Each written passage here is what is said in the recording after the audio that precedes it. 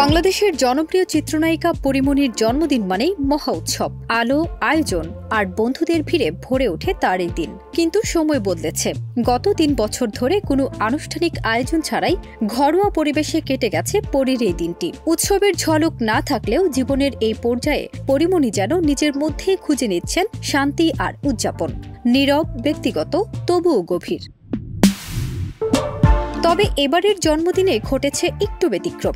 জন্মদিনের ৪ দিন আগে কেক কেটে উদযাপন করেছেন পরীমনি, আর ২৪ অক্টোবর ফেসবুকে নিজেকে শুভেচ্ছা জানিয়েছেন এই অভিনেত্রী।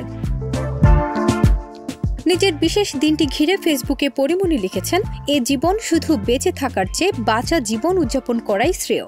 জীবনের আনন্দ, বেদনা, দুঃখ, কষ্ট, সুখ, ভালোবাসা সবকিছু নিয়েই আজকের এই জীবন।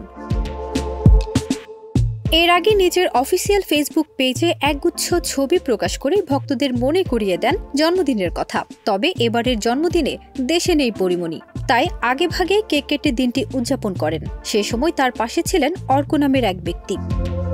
ফারজানা নিকিতা, দেশ রূপান্তর।